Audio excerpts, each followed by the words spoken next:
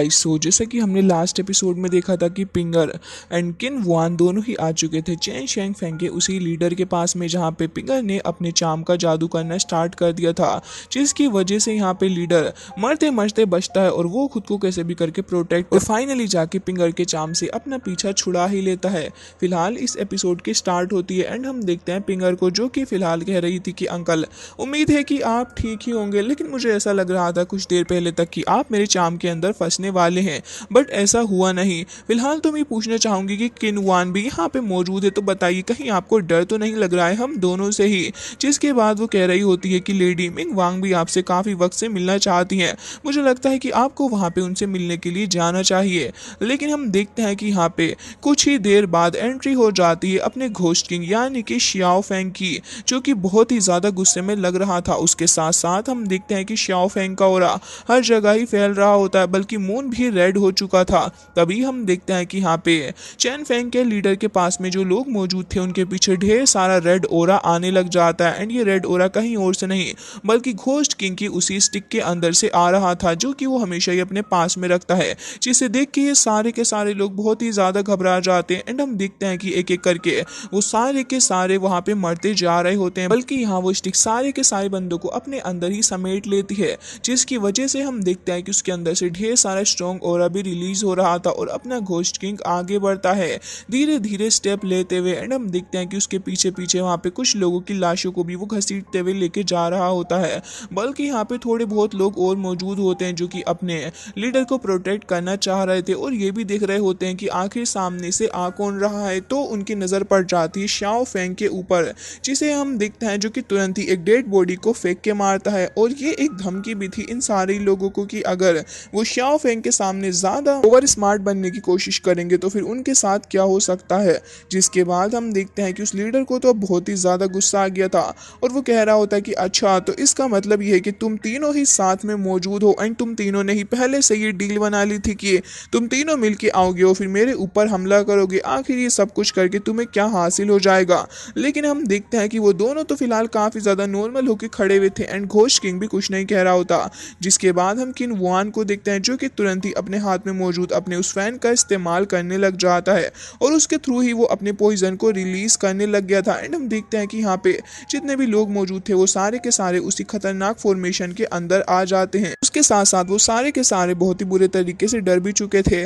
तभी हम देखते हैं किंग वान को जो कि कह रहा था कि तुम सारे के सारे लोग पहले से ही बहुत ही ज्यादा थके हुए हो और मुझे लगता है कि अगर मैं अपने पॉइजन का थोड़ा भी इस्तेमाल तुम्हारे ऊपर और करूंगा तो हो सकता है कि तुम्हारी डेथ बहुत ही जल्दी आके तुम्हें यहाँ से लेके चली जाए और फिर तुम हेवन में आराम से रेस्ट कर सकोगे। जिसके बाद वो उन्हें धमकी देते हुए ये भी कह रहा था कि अगर तुम इस फॉर्मेशन से बाहर निकल के आ जाओगे तो फिर तुम्हारी जान को कोई भी खतरा नहीं होगा। हालांकि वो यहाँ पे ये कहने की कोशिश कर रहा था इन सारे लोगों से कि तुम हमारी टीम में आ जाओ तो हम तुम्हारी जान को बख्श देंगे। अब यहाँ पे काफी सारे सोल्जर्स का मनोबल टूट जाता है, बल्कि वो सारे के सारे एक एक करके भाग रहे होते हैं एंड हम देखते हैं कि उनमें से एक जब बाहर निकल के आता है तो उसे वाकई में कुछ नहीं होता, जिसकी वजह से वो तुरंत ही उनकी टीम में आ जाता है और अब वो सारे के सारे भी भाग रहे होते हैं उन्हीं की टीम में। तभी हम देखते हैं कि यहाँ पे लीडर तुरंत ही एक को पकड़ लेते हैं और उसे कह रहे थे कि अब देखो मैं तुम्हारा क्या हाल करता हूँ, बल्कि ऑलमोस्ट वो उसको मारने ही वाले थे। एंड यहाँ पे हम देखते हैं कि वो सारे के सारे डर जाते हैं काफी ज्यादा कि आखिर अगर वो इस फॉर्मेशन से बाहर निकलने की कोशिश करेंगे तो फिर उनका लीडर ही उन्हें सबसे पहले मार डालेगा। लेकिन वो तुरंत ही फिर गुस्से में उसको फेंक भी देते हैं क्योंकि उन्हें पता था कि ये लोग इतने ज्यादा स्ट्रांग हैं, अकेले लीडर कुछ कर भी नहीं पाएंगे। जिसकी वजह से हम देखते हैं कि वो लोग अब धीरे धीरे करके वहां से भाग रहे होते हैं क्योंकि अब वो बिल्कुल भी नहीं रहना चाहते थे इस टीम के अंदर, क्योंकि सभी को अपनी जान बहुत ही ज्यादा प्यारी थी। जिसके बाद यहाँ पे चेन शेंग फेंग के लीडर कह रहे होते हैं कि मैं वाकई में काफी ओल्ड हो चुका हूँ है ना, तभी तो मैं तुम्हारी इन छोटी छोटी ट्रिक्स के अंदर फंस गया एंड मैं नहीं समझ पाया कि आखिर तुम क्या करने की कोशिश कर रहे हो। हालांकि हमारे चेन शेंग फेंग का जो लक है वो पिछले काफी हजारों सालों से बहुत बुरा चल रहा है और आज ये प्रूव भी हो गया। हालांकि अब मेरे हाथों में कुछ भी नहीं है तो तुम जो चाहे मेरे साथ कर सकते हो, लेकिन ये बात याद रखना कि मैं हार तो बिल्कुल भी नहीं मानूंगा। तभी यहाँ पे किन वान कहता है कि आप सरेंडर क्यों नहीं कर सकते, मुझे लगता है कि वही आपके लिए सही होगा। जिसके बाद यहाँ पे घोस्ट किंग भी कहता है कि मुझे लगता है कि तुमने काफी बुरे कर्म किए हैं, लेकिन उस सब के बावजूद मैं तुम्हें माफ कर सकता हूँ अगर तुम हमारे सेक्ट को ज्वाइन कर लो तो। इसके बाद पिंगर भी काफ़ी ज़्यादा क्यूरियोसिटी के साथ में देख रही होती है कि आखिर अब ये ओल्ड मैन क्या डिसीजन लेगा। जिसके बाद अपना घोस्ट किंग कहता है कि बताओ ज़रा तुम क्या चाहते हो, अगर तुम चाहो तो मैं तुम्हें अपने सेक्ट के अंदर आने दे सकता हूँ। जिसके बाद हम देखते हैं कि यहाँ पे वो कुछ भी नहीं कह रहा होता, तो फिर हम देखते हैं कि मजबूरन किन वान अपनी पॉइजन भरी स्टिक को निकाल ही लेता है, बल्कि यहाँ पे अब लीडर भी अपनी उसी टोकन को निकाल लेते हैं। एंड वो कह रहे थे कि मुझे तुमसे ये उम्मीद नहीं थी कि तुम मेरे साथ ऐसा करोगे। तो वान भी कहता है कि हालांकि मैं आपका नेफ्यू हूँ, लेकिन ये करना अब ज़रूरी हो चुका है। एंड हम देखते हैं कि ये दोनों ही अब आगे बढ़ रहे होते हैं। पिंगर भी आगे बढ़ रही थी। साथ साथ हम उसी हॉल को देखते हैं जहाँ पर आज लीडर काफ़ी सारे कैंडल्स को जला के आए थे अपने एंसिस्टर के सामने। एंड हम देखते हैं कि धीरे धीरे करके वो कैंडल्स बुझती जा रही होती हैं, बल्कि यहाँ पे हम देखते हैं कि वो अपने टोकन का इस्तेमाल करते हुए खुद को प्रोटेक्ट करने की पूरी कोशिश कर रहे थे। लेकिन लास्ट में जब एक कैंडल ले जाती और वो स्ट्रगल कर रहे थे, तो फिर वो लास्ट वाली कैंडल भी वहीं पे ही बुझ गई थी। जिसके साथ साथ हमें पता चलता है कि शायद से उनका दी एंड वहीं पे हो चुका है। सीन कट हो जाता है और उसके बाद हम बाकी सारे लोगों को देखते हैं जो कि अभी फिलहाल बैठे हुए बातें कर रहे थे। तो हम देखते हैं कि सोंग के पास में वही लड़की आ जाती है जो कि काफ़ी वक्त से उसे पसंद करने लग पड़ी है। एंड यहाँ पे वो तुरंत ही उसके हाथ को पकड़ लेती है, क्योंकि वो बस ये चेक करना चाह रही थी कि वो ठीक है या फिर नहीं। लेकिन सोंग तो खुद ही अपना हाथ पीछे हटा लेता है, बल्कि वो कह रहा था कि तुम यहाँ से चली जाओ, मैं अपने किंग वान सेक्ट का एक डिसाइबल हूँ एंड मुझे नहीं लगता कि मुझे इन सारी छोटी मोटी चीज़ों से फ़र्क पड़ना चाहिए। हालांकि मुझे फ़र्क पड़ता भी नहीं है, क्योंकि मैं काफ़ी ज़्यादा स्ट्रॉन्ग हूँ, ये मेरी ड्यूटी है। भले ही मैं ब्लड से क्यों ना सना हुआ हूँ, लेकिन फिर भी मैं आगे बढ़ूंगा, अपने आप को सेक्रीफाइस करूंगा, क्योंकि यही मेरी डेस्टिनी में लिखा है। जिसके बाद हम देखते हैं कि वो गुस्सा होते हुए तुरंत ही वहाँ से चली जाती है। एंड वी सीनियर लू के पास में आके बैठ गई थी और कह रही होती है कि आखिर हमेशा ही मेरे साथ में से क्यों करता है, आखिर क्यों ये मेरी फीलिंग्स को नहीं समझता। तभी यहाँ पे सीनियर लू उसे कहती है कि तुमने भी तो उसे इतना ज़्यादा परेशान किया है बीते कुछ सालों में, मुझे लगता है कि तुम्हें उसे बहुत अच्छे से ट्रीट करना चाहिए ताकि वो भी तुम्हारी फीलिंग्स को समझे। जिसके बाद वो कह रही थी कि वैसे अगर मैं सच बताऊँ ना, तो मुझे नहीं लगता कि वो कभी भी मेरी चीज़ों को समझ पाएगा, क्योंकि जब से उसके फ्रेंड उसे छोड़ के गए हैं वो बस ऐसे ही बिहेव करता है कि जैसे वो बहुत ही ज़्यादा चालाक है। लेकिन यहाँ पे सॉन्ग जवाब दे रहा होता है और कह रहा था, तो क्या तुम मुझे स्टूपिड समझती हो। जिसके बाद हम देखते हैं कि यहाँ पे वो थोड़ी बहुत बातें और करने लग गया था, लेकिन अब उसे बिल्कुल भी फ़र्क नहीं पड़ रहा होता। तभी हम सीनियर लू को देखते हैं जो कि फ़िलहाल बैठी हुई थी एंड अभी अपने पास्ट के बारे में ही सोच रही होती है कि हाँ, मेरे साथ भी कुछ ऐसी चीज़ें हुई हैं जो कि नहीं होनी चाहिए थी। जिसके बाद हम देखते हैं कि श्याओ यहाँ पे बैठा हुआ था एंड तियानियन टेम्पल के मोंग के साथ में बातें कर रहा होता है कि अब हमने काफ़ी सारे लोगों को मार गिराया है, लेकिन ये जगह अभी भी खतरे से भरी पड़ी है। मुझे तो डर लग रहा है कि अगर हम लोग ज़्यादा केयरफुल ना रहे तो हम अभी भी बहुत ही बड़े खतरे के अंदर फंस सकते हैं। हमारे पास तो कोई क्लू भी नहीं है कि आखिर बाहर निकलना कैसे। तभी हम देखते हैं कि फेंगशियान टेम्पल का वो बंदा फेई वो कह रहा होता है कि ब्रदर, आप इस बारे में क्या चाहते हैं कि हमें क्या करना चाहिए, क्या हम थोड़ी बहुत और इन्वेस्टिगेशन करें। तभी इस बात से वो एग्री कर जाता है। तो मोंग भी कह रहे थे कि हर जगह तो यहाँ पे पॉइजन फैला हुआ है, मुझे तो इस बात का डर लग रहा है कि यहाँ पे इतने सारे इंसेक्ट्स हैं, मॉन्स्टर हैं, और उसके बाद फिर ये पॉइजन भी नहीं समझ आता कि आखिर इन सारी चीज़ों से डील करना कैसे है। जिसके बाद श्याओ कह रहा था कि तुम परेशान मत हो, देखो। जिसके बाद वो तुरंत एक स्टिक को उठा लेता है और फिर उससे वहाँ पे एक सर्किल को ड्रॉ करने लग गया था और कह रहा होता है कि अब हमें अपने डिसाइबल को इस डायरेक्शन से भेजना होगा ताकि हम लोग सेफली वहाँ पे जा सकें। तुम लोगों का इस बारे में क्या कहना है। तो हम देखते हैं कि वो दोनों ही इस बात से एग्री कर जाते हैं। ये सीन कट होता है एंड हम देखते हैं कि ये लोग उसी स्वॉम्प के पास में आ चुके थे जहाँ पे पिंगर भी खड़ी हुई थी एंड कह रही होती है कि क्या लगता है ब्रदर, क्या यहाँ पे हमें वो ट्रीजर मिल जाएगा। जिसके बाद हम देखते हैं कि यहाँ पे अपना घोस्ट किंग भी खड़ा हुआ होता है और साथ साथ वान भी वहीं पे मौजूद था। ये सारे के सारे काफ़ी ज़्यादा साइलेंट होते हैं एंड इन्हें देख के नहीं समझ आ रहा था कि आखिर अब नेक्स्ट एक्शन लेने कौन वाला है।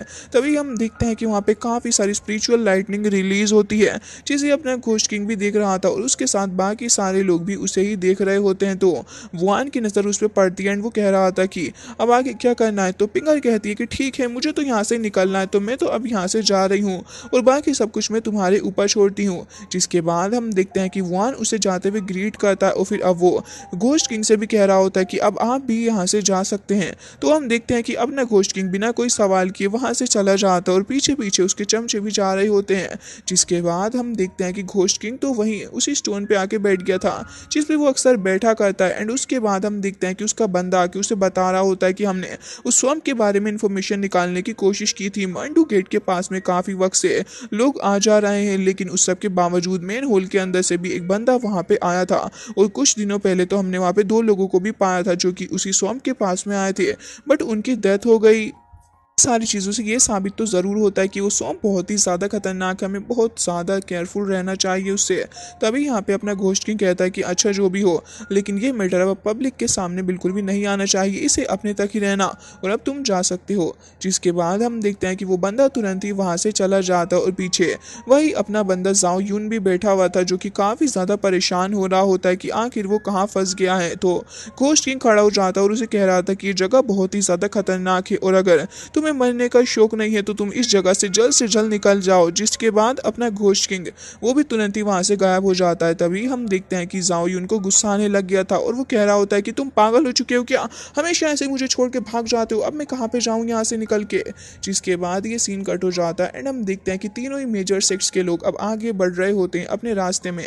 अब हर जगह इतना ज़्यादा पॉइजन फैला हुआ था कि उसे देख के ही इन सब की हालत ख़राब हो रही होती है। तो हम देखते हैं कि यहाँ पे शाओ तुरंत ही आके रुक गया होता है, बल्कि इस पॉइजन को ये सारे के सारे लोग ही देख रहे थे। यहाँ पे पॉइजन के टोर्नेडोज होते हैं जो कि काफ़ी ज़्यादा खतरनाक थे। तो वो सभी को कहता है कि तुम सभी के पास में है जो शील्ड मैंने दी है उसका इस्तेमाल करो एंड खुद को प्रोटेक्ट करो। जिसके बाद ये सारे के सारे शील्ड बना लेते हैं और फिर खुद को प्रोटेक्ट करने लग गए थे और फिर अब इस जर्नी में आगे बढ़ने के लिए पूरे तरीके से तैयार होते हैं। जिसके बाद हम देखते हैं कि लास्ट में फेंगशियान वैली के वो दोनों बंदे भी अपने ऊपर शील्ड लगा लेते हैं और अब ये आगे जा रहे थे, लेकिन वहां जाने से पहले वो बंदा तुरंत ही वहां पे एक स्टिक टाइप चीज को फेंक देता है। जिसके बाद अब धीरे धीरे ये लोग आगे बढ़ते हैं चेक करने के लिए आखिर यहाँ पे क्या चल रहा है। जिसके बाद हम देखते हैं कि लगातार काफ़ी सारी लाइटनिंग भी रिलीज़ होती जा रही थी, जिसके साथ साथ ओल्ड मैन भी कह रहा होता है कि मुझे नहीं लगता था कि ये जगह इतनी ज़्यादा खतरनाक हो जाएगी। वैसे यहाँ पे ये बाव भी अपीयर हुई थी, लेकिन अब लग रहा है कि सब कुछ बहुत ही ज़्यादा बड़े खतरे में फंस चुका है, बल्कि सब कुछ बहुत ही बुरे हालात में जा रहा है। तो उस लड़की को देखते हैं जो कि कह रही थी कि क्या मेरी सिस्टर पिंगर ठीक होगी। तभी ओल्ड मैन कहता है कि तुम उसके बारे में क्यों परेशान हो रही हो, पहले खुद के बारे में ही सोच लो। तो वो उसे कहती है कि ग्रैंडपा आप ऐसा क्यों करते हैं। जिसके बाद हम देखते हैं कि जाओ यून भी वहीं पे आ जाता है। तो सामने उसको देख के वो काफ़ी ज़्यादा एम्बेरस फील कर रहा था, अपना रास्ता तुरंत ही बदल लेता है। तो फिर वो तुरंत ही उसके पास आती हुई कहती है कि ब्रदर आप कहाँ जा रहे हैं। जिसके बाद वो कहती है कि आपने मुझे अम्ब्रेला दिया था ना उस दिन, आपका बहुत बहुत शुक्रिया, ये लो अपना अम्ब्रेला वापस ले लो। जिसके बाद हम देखते हैं कि जाओ यून काफ़ी ज़्यादा इनोसेंट फेस बनाते हुए उस अम्ब्रेला को रख लेता है। कहती है कि ब्रदर अपना ध्यान रखिएगा, मैं भी यहाँ से जा रही हूँ। और फिर तुरंत ही अपने ग्रैंडपा के साथ उस जगह से निकल जाती है। तो जाओ यून को देखते हैं जो कि उस अम्ब्रेला को काफ़ी ज़्यादा केयरफुली देख रहा था और उससे देख के ऐसा लग रहा होता है कि जैसे कि उसके मन में अब थोड़ी बहुत ह्यूमंस वाली फीलिंग्स भी आने लगी हैं, जिसकी वजह से वो खुद को समझाता है और एक बार फिर से वही स्ट्रिक्ट बंदा बन के आगे बढ़ जाता है। वो सीन कट हो जाता है और उसके बाद हम देखते हैं इन्हीं सेक्ट्स के लोगों को जो कि अब फिलहाल अपनी जर्नी में आगे बढ़ रहे होते हैं। लेकिन तभी वो मोंग कह रहा था कि ये पॉइजन वॉर तो बहुत ही ज़्यादा खतरनाक होती जा रही है, तुम सभी बहुत ही ज़्यादा केयरफुल रहना। एंड हम देखते हैं कि सारे के सारे अब ऐसे ही आगे बढ़ते जा रहे होते हैं लगातार। तभी सीनियर लू नोटिस करती है कि यहाँ पे तो इस से भरा हुआ टोर्नेडो है, बल्कि एक नहीं ढेर सारे टोर्नेडोज हैं जिसकी उम्मीद इन लोगों ने नहीं की थी। जिसके बाद तुरंत ही वहाँ से जल्दी निकलने की कोशिश कर रहे होते हैं और काफ़ी ज़्यादा स्पीड से ये लोग उस जगह से निकल भी जाते हैं। तो लास्ट में श्याओ कहता है कि केयरफुल रहो एंड अपनी शील्ड को एक्टिवेट करो। जिसके बाद हम देखते हैं कि सारे के सारे उसी के थ्रू अब आगे बढ़ने लग गए थे ताकि इनके रास्ते में ज़्यादा प्रॉब्लम्स ना आए। एंड हम देखते हैं कि ऑलमोस्ट अब उस जगह पे रीच कर ही लेते हैं। श्याओ कहता है कि मुझे लग रहा है कि हम लोग काफ़ी ज़्यादा क्लोज आ चुके हैं और अब तो हमें एक्स्ट्रा केयरफुल रहना होगा। तो स्लू भी इस बात से एग्री करती है और बाकी के सारे लोग भी इस बात से एग्री करते हैं। लेकिन सडनली ये लोग नोटिस करते हैं कि यहाँ पे आसपास तो ढेर सारी थंडर लाइटनिंग रिलीज होने लग गई है और उसके बाद फिर हमें एक पाइथन भी देखने को मिलता है, जिसे देख के इन सब की हालत बहुत ही ज़्यादा खराब हो चुकी थी। एंड इन्हें देख के लग रहा होता है कि अब तो इनका सामना मौत के साथ में होने वाला है। और इसी क्रिटिकल सिचुएशन के साथ ये एपिसोड हो जाता है एंड आई रियली होप कि आपको पसंद आया होगा। मिलते हैं नेक्स्ट वीडियो में, तब तक के लिए bye bye, take care of yourself.